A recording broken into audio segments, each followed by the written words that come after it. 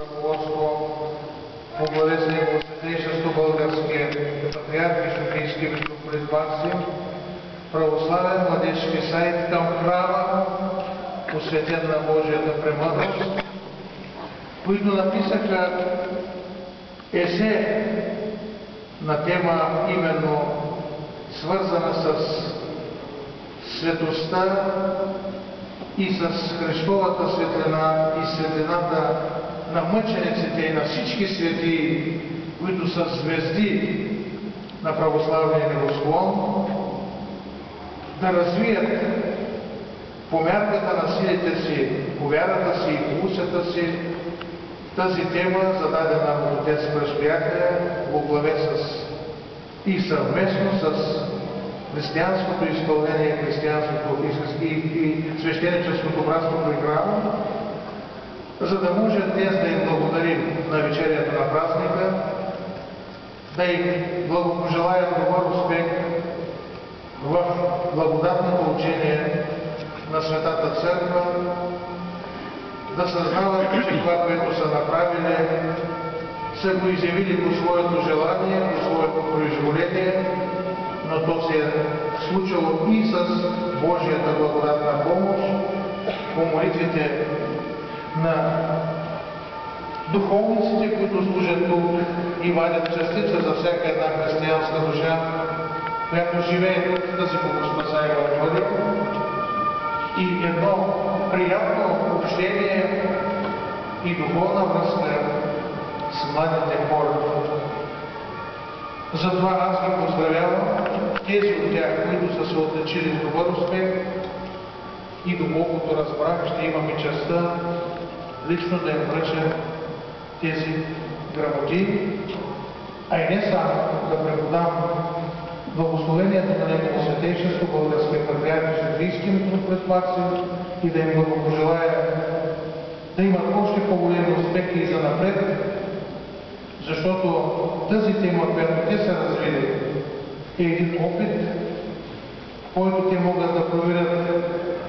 не само своята грамотност, не само своето писателство и отношението към писането въобще по една богословска тема, но най-вече едно съприкосновение с вярата, надеждата и любовта. Едно съприкосновение с Божията благодат, която да ги води и направлява към добри и плодоносни успехи.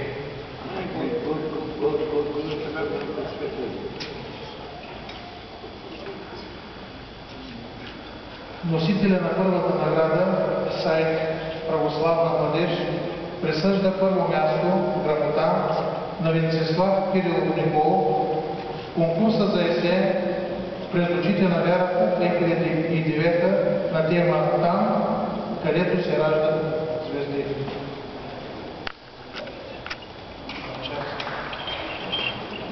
Дава на себе, когато се моли на Бога. За съжаление не мога лично да връча наградата на Яна Сергеева Радилова, която също е отличена в конкурса на второ място. Вероятно ще получи някои от нейните сродници или по-късно.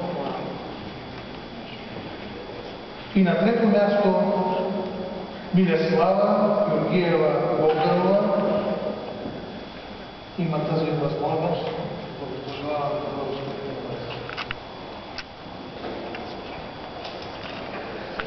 Обичам Господа, брати и сестри, поздравявам Негово високо благовейство, проявление на ангел, председател на този храм, всички свещенослужители и благопожелавам здраве, духовни сили и на Божията нива още и още плодове. Отец Ангел за усърдно служение беше отличен с едно изключително духовно признание, офикия,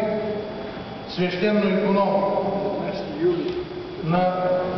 Деня Света Великомъченица Марина с благословението на Негово Святейшество Българския патриарх и Софийски митрополит Максим, но и с решението на Светия Синод на Българската православна църква. Негово святейшество счете за нужно, въпреки че действащия устав позволява на съответния митрополит сам да прецени, той счете за нужно да запита и синодалните досточтими архиереи.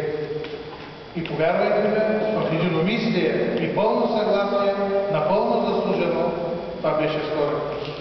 Бог да му дава сили, здраве и дълги години живот.